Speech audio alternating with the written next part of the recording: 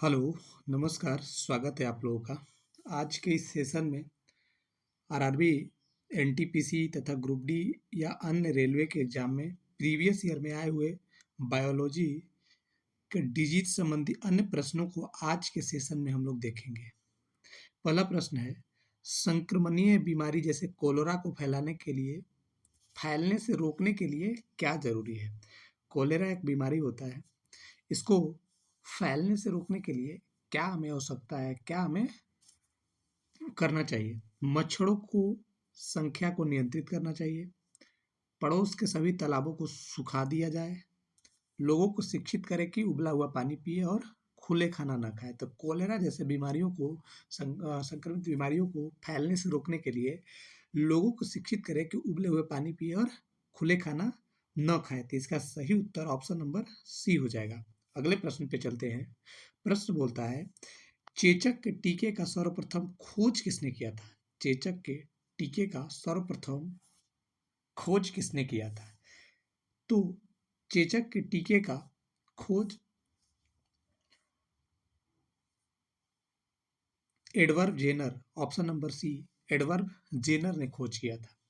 अगर आप लोग इस प्रश्न को देख रहे होंगे तो थोड़ा सा 5 मिनट का स्टे लेते हुए इसको सोचे और अपने मन में बनाए कि ये सही है कि नहीं है। अगले प्रश्न पे चलते हैं। प्रश्न कहता है, इंसुलिन की खोज किसने की थी? फेमस प्रश्न है, इंसुलिन की खोज किसने की थी? तो बेंटिंग ने इंसुलिन की खोज की थी। तो पहला ही ऑप्शन इसका सही हो जाएगा। अगले प्रश्न पे चलते हैं। निम्नलिखित में से कौन सा सही है? प्रश्न पूछा है कौन सा सही है। पहला ए, घेंघा की कमी के कारण होता है। क्या होता है? विटामिन डी होता है? नहीं, ये गलत है। मधुमेह की कमी के कारण क्या होता है? इंसुलिन। सही है ये। अगला ऑप्शन देखते हैं। सूखा रोग इसकी कमी के कारण होता है। Vitamin A? नहीं। नेत्रोसेद रोग इसकी कमी के कारण होता है। आयोडीन? नहीं, आयोडीन के कमी के कारण घेंघा रोग होता है। तो ये भी गलत है। तो हमें सही ऑप्शन पूछा था, इसका सही ऑप्शन ऑप्शन नंबर बी हो जाएगा। अगले प्रश्न पे चलते हैं। विडाल टेस्ट विडाल टेस्ट का उपयोग किस संभावना के जांच के लिए किया जाता है? विडाल टेस्ट का उपयोग किस संभावना के जांच के लिए किया जाता है? तो इसका सही option option number B, typhoid typhoid को जांच के लिए विडाल टेस्ट किया जाता है। अगले प्रश्न पे चलते हैं। किसके काटने से या दंसने से मलेरिया होता है? मलेरिया मादा एनाफ्लीज के काटने से होता है। तो जरूर याद रखिएगा, मादा एनाफ्लीज के काटने से होता है। प्लाज्मोडियम जम्स किसकी उत्पत्ति करती है? प्लाज्मोडियम जम्स जो है वो मलेरिया की उत्पत्ति करती है। जो मच्छर शीत ज्वार मतलब ठंडा कोल्ड बुखार को परजीवी को संप्रेषित करे भेजता है, कौन से मच्छर होते हैं? तो इसका सही उत्तर ऑप्शन नंबर सी, मादा एनाफ्लीज। जब मलेरिया होता है तो ठंड के साथ काफी कपकपी के साथ बुखार आती है। अगले प्रश्न पे चलते हैं। मलेरिया रोग को प्रभावित करता है।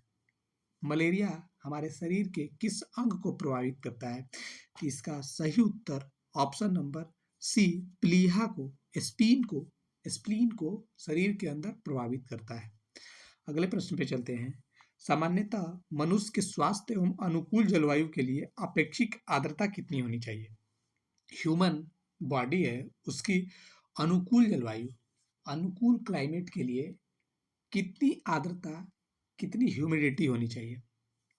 55 से 60% के आसपास जो ह्यूमिडिटी होनी चाहिए वो 60 से 65% या 55 से 60% के आसपास माना जाता है। तो यहाँ ऑप्शन में 60 से 65% के आसपास दिया हुआ है। तो इसका सही उत्तर ऑप्शन नंबर ए हो जाएगा। अगले प्रश्न पे चलते हैं। दांतों दांतों में क्षय का कारण क्या होता है? तो दांतों में क्षय का कारण बैक्टीरिया जनित संक्रमण, लैक्टोबैसिलस बैक्टीरिया या आसपास के जो बैक्टीरिया मुंह में जो एसिडिक हो जाती है और बैक्टीरिया लग जाता है, जिसके कारण दांतों का सड़न होना शुरुआत हो जाता है, दांतों का खराब होना शुरुआत हो जाता है। तो इसका सही ऑप्शन ऑप्शन नंबर सी है। एंटी टॉक्सिक का इंजेक्शन किसकी रोकथाम के लिए किया जाता है? एंटी टॉक्सिक का इंजेक्शन किसके रोकथाम के लिए किया जाता है? तो इसका सही उत्तर ऑप्शन नंबर ए, टिटनेस के लिए एंटीटॉक्सिक दी जाती है। टिटनेस का टीका जब एक किसी भी जंग रहित लोहे के चीज से कटता है तो टिटनेस के टीके के लिए एक समय अनुसार 24 आवर के अंतर्गत लेने के लिए हम लोग जाते हैं, उपचार करते हैं। तो इसका एक ड्यूरेशन होता है, तो इसे हम लोग एंटीटॉक्सिक इंजेक्शन कहते हैं, जो टिटनेस के रोकथाम के लिए लिया जाता है। अगले प्रश्न पे चलते हैं। निम्नलिखित में से कौन सा कथन गलत है? हमसे पूछ रहा है कौन सा कथन गलत है। सर रोनाल्ड रॉस ने मलेरिया का कारण का खोज किया था, ये सही है। 15वीं सदी में वास्को डी गामा भारत आया था, ये भी सही है। एडवर्ड जेनर टीके की खोज किए थे, ये भी सही है। इसका सही उत्तर ऑप्शन नंबर डी हो जाएगा। हेनरी क्वैंडिस ऑक्सीजन की खोज नहीं किए थे, तो इसका सही उत्तर ऑप्शन नंबर डी हो जाएगा। अगले प्रश्न पे चलते हैं। कौन सा रोग ठीक नहीं किया जा सकता? कौन सा रोग ठीक नहीं किया जा सकता है?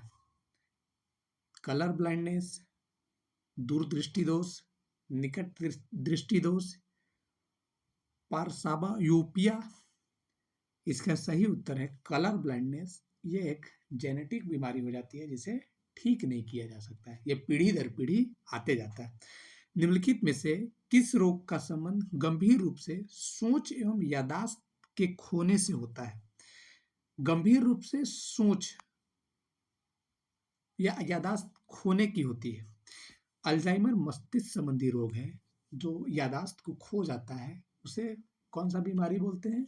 अल्जाइमर बोलते हैं। तो इसका सही उत्तर ऑप्शन नंबर बी हो जाएगा। अगले प्रश्न पे चलते हैं। निम्न में से कौन सा स्ट्रोक से खतरे के लिए एक गौण कारक है? स्ट्रोक से खतरे के लिए उच्च रक्तचाप, शारीरिक अक्रिया, डायबिटीज या धूम्रपान। इसका सही उत्तर ऑप्शन नंबर सी डायबिटीज है। ये सभी स्ट्रोक, ब्लड प्रेशर के कारण भी स्ट्रोक आते हैं, शरीर के अक्रिय एकदम शून्य पर जाना, और धूम्रपान ये हमारे स्वास्थ्य के लिए हानिकारक भी है। ऑन्कोलॉजी किसका अध्ययन करता है? ऑन्कोलॉजी कैंसर का अध्ययन करता है। इसका सही उत्तर ऑप्शन नंबर बी हो जाएगा। पेचिश रोग किसके लिए पेचिश रोग के लिए उत्तरदायी प्रोटोजोआ का नाम बताइए। पेचिश रोग के लिए उत्तरदायी प्रोटोजोआ अंट अमीबा के नाम से जाना जाता है। अंट अमीबा के नाम से जाना जाता है। तो पेचिश रोग के लिए कौन सा प्रोटोजोआ उत्तरदायी है? अंट अमीबा। अगले प्रश्न पे चलते हैं। 74 में है फफूंद द्वारा घटित रोग। फफूंद द्वारा घटित रोग कौन सा रोग है? मिर्गी, मोतीझरा, दाद या लकवा। इसका सही उत्तर ऑप्शन नंबर सी दाद जो है ये फफूंद द्वारा घटित रोग है। पारा यौगिक युक्त औद्योगिक कचरे के द्वारा प्रदूषित मछलियां खाने से होने वाला रोग कौन सा है? भाई किसके द्वारा? मरकरी यौगिक युक्त औद्योगिक कचरे द्वारा प्रदूषित मछली खाने से कौन सा रोग होता है? तो इसका सही उत्तर हो जाएगा ऑप्शन नंबर सी मिनीमाता रोग हो जाता है। पारा युक्त औद्योगिक कचरे द्वारा प्रदूषित होने के कारण मछलियां खाने से हमें मिनीमाता रोग हो जाता है। अगले प्रश्न पे चलते हैं। आधुनिक एंटीसेप्टिक सर्जरी के जनक किसे कहा जाता है? आधुनिक एंटीसेप्टिक सर्जरी का जनक किसे कहा जाता है? तो इसका सही उत्तर option number A Joseph Lister बोलते हैं। जोसेफ लिस्टर इनका नाम है। अगले प्रश्न पे चलते हैं।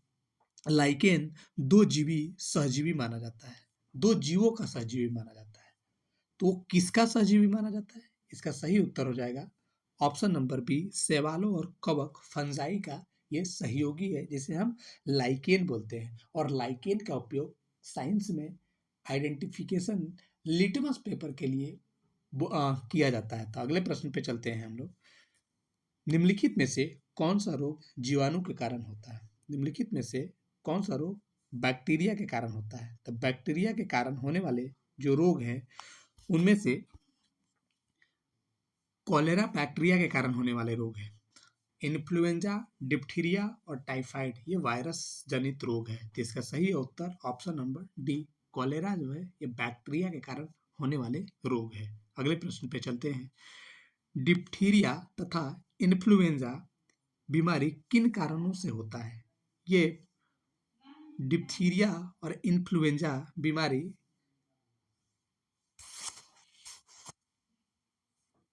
बैक्टीरिया और वायरस। डिप्थीरिया जो है ये बैक्टीरिया से होने वाला बीमारी है और इन्फ्लुएंजा ये वायरस जनित रोग है।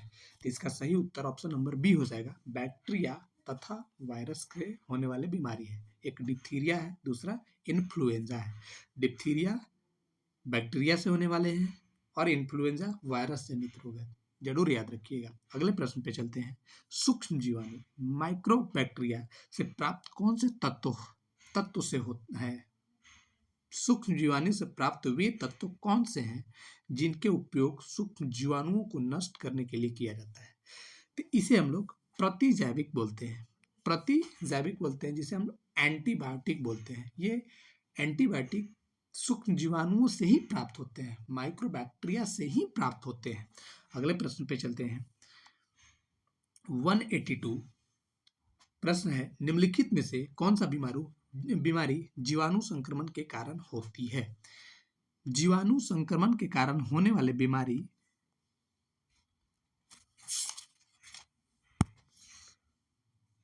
ऑप्शन नंबर सी लेप्रोसी है। ये लेप्रोसी बैक्टीरिया के कारण होता है। अगले प्रश्न पे चलते हैं। निम्नलिखित में से मिलान करें। निम्नलिखित में से मिलान कीजिए। नींबू में कौन सा एसिड होता है? नींबू में कौन सा एसिड होता है? सिरका में कौन सा एसिड होता है? और समुद्री शैवाल में कौन सा एसिड? अंगूर में टैट्रिक एसिड होता है, तो सबसे पहले सी का 3 हो जाएगा। तो सी का 3 एक ही ऑप्शन में है, ऑप्शन नंबर बी इसका सही उत्तर हो जाएगा। नींबू में साइट्रिक होता है, सिरका में एसिटिक होता है और समुद्री शैवाल अल्जेनिक अम्ल पाया जाता है। तो इसका सही उत्तर ऑप्शन नंबर बी हो जाएगा। अगले प्रश्न पे चलते हैं। कॉलम 1 तथा कॉलम 2 का मिलान करें। कॉलम 1 में दिया हुआ है लैक्टिक एसिड। लैक्टिक एसिड किसमें होता है? तो लैक्टिक एसिड खट्टे पदार्थों में होता है। एसिडिक एसिड ये नींबू में, साइट्रिक एसिड ये नींबू में होता है। एसिडिक सिरका में होता है। और ब्यूटेरिक एसिड जो होता है ये मक्खन में होता है।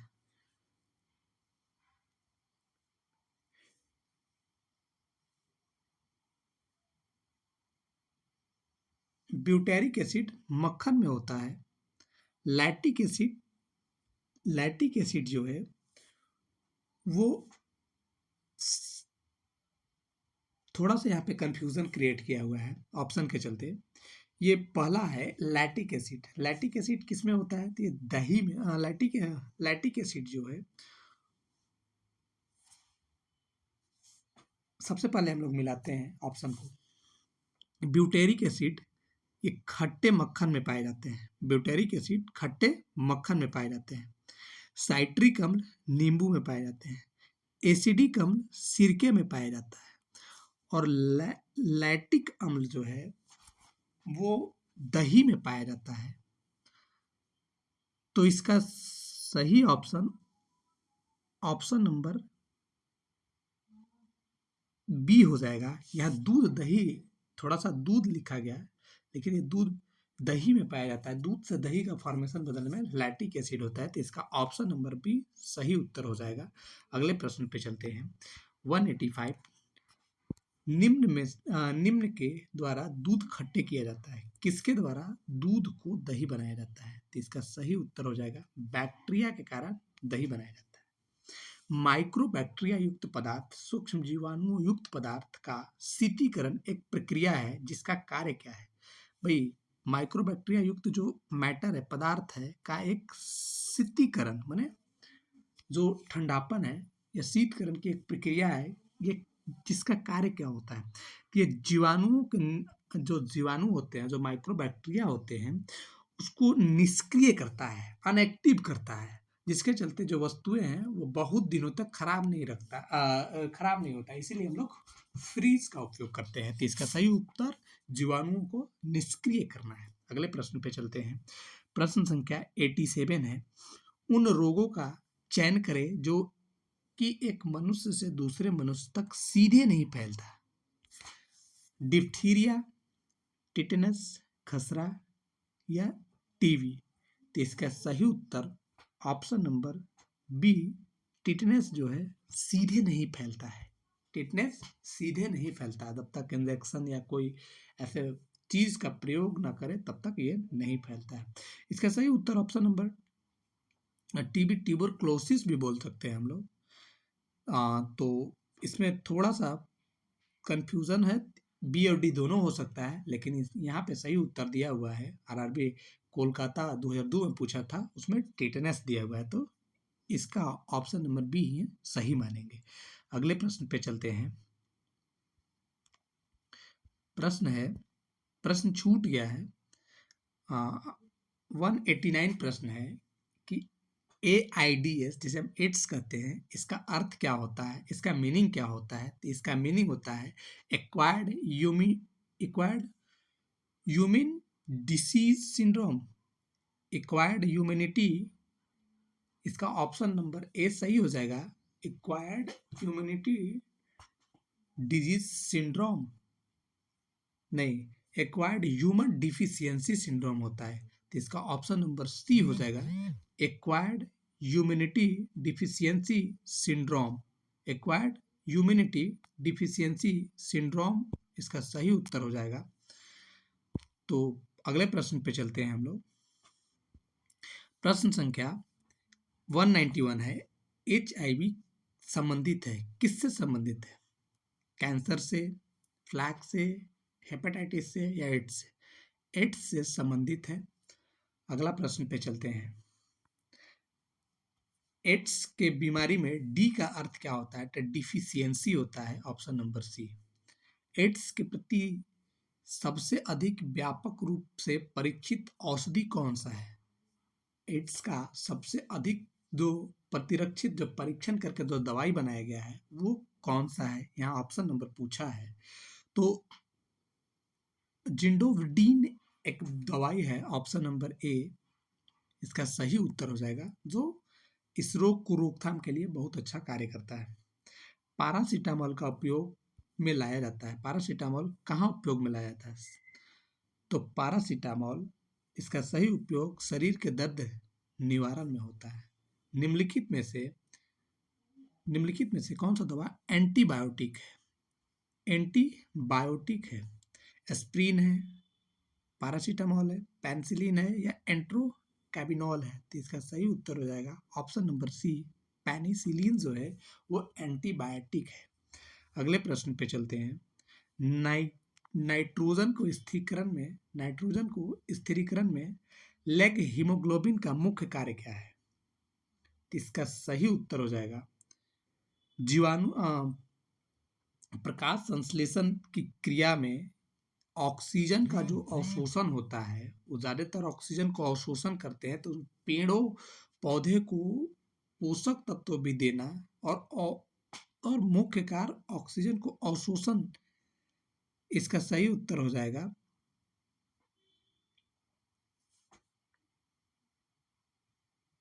ऑक्सीजन का अवशोषण सही उत्तर हो जाएगा। फर्मेंटेशन क्या है, किण्वन क्या है? एक तो किण्वन जो है वो एक जैविक उत्प्रेरक है, उत्प्रेरक है, कैटालिस्ट का कार्य करता है ये। अगले प्रश्न पे चलते हैं। 198, पनीर बनाने के लिए किस फर्मेंटेशन का प्रयोग किया जाता है? पनीर को बनाने के लिए जो हम लोग फर्मेंटेशन का यूज करते हैं वो रेनिन का उपयोग करते हैं। तो इसका सही उत्तर ऑप्शन नंबर ए, रेनिन हो जाएगा। किस बेकरी में ब्रेड बनाने के लिए खमीर ईस्ट का इस्तेमाल किया जाता है? तो ब्रेड को मुलायम और लचीला बनाने के लिए खमीर ईस्ट का प्रयोग करते हैं, ऑप्शन नंबर बी इसका सही उत्तर हो जाएगा। अगले प्रश्न पे चलते हैं। सर्वप्रथम जीवाणु का पता किसने लगाया था? सर्वप्रथम जीवाणु का पता लीवेनहॉक ने लगाया था। तो इसका सही उत्तर ऑप्शन नंबर बी हो जाएगा। लुईस पास्चर पास्चुराइजेशन का खोज किया था, एडवर्ड जेनर टीके के खोज किए थे, जॉन साल्क पोलियो की खोज किए थे। तो ये चारों ऑप्शन बड़ा ही इंपॉर्टेंट है। नदी, तालाब आदि में पाए जाने वाले जलीय पौधे को कहा जाता है? प्रवाल, शैवाल, फंगस या अमीबा? तो इसको हम लोग सवाल का रूप देते हैं और इसका सही उत्तर ऑप्शन नंबर बी हो जाएगा। निम्नलिखित में से कौन सा रोग वायरस के कारण होता है? वायरस के कारण होने वाले जो रोग है उनका नाम है